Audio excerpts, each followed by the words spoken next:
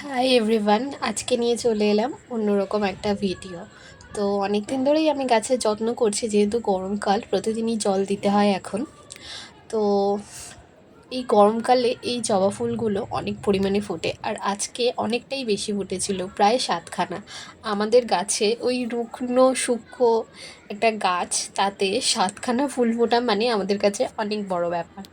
তো স্নান করার পর পুজো দেওয়ার জন্য আমি একবার করে রোজ ছাদে যাই, গিয়ে দেখি কটা ফুল ফুটেছে। কোনো দিন নিরাশ হয়েও বাড়ি মানে নিচে চলে আসতে হয়।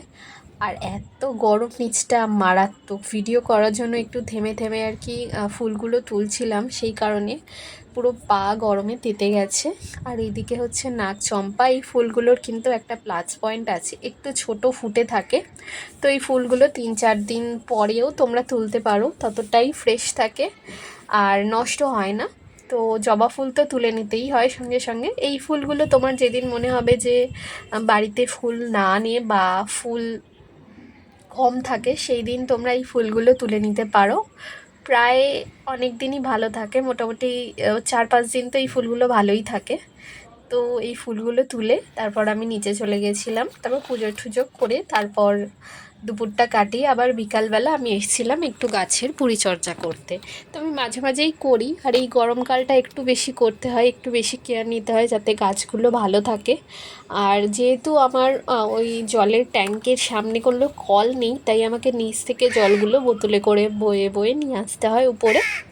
আর এখানে দেখো আমি গাছগুলো খুঁচিয়ে খুঁচিয়ে সবজির খোসা দিয়ে দিচ্ছি। এই লাল লাল যেটা দেখতে পাচ্ছ তোমরা, ওটা হচ্ছে মোচার খোসা।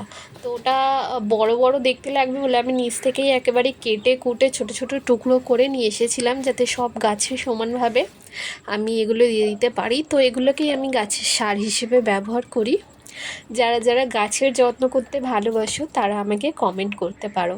তো এই কাজটা আমার ভীষণই ভালো লাগে, আর এটা আমি একাই করি। আমি যখন গাছে জল দিই না, প্রায় অনেক দিন গাছে জলই পড়ে না, এরকম হয়। তো শরীর অসুস্থ থাকলে মাঝে সাঝে জল দেওয়া হয় না, বা আমার কাজ থাকলে তখন আমি দিতে পারি না।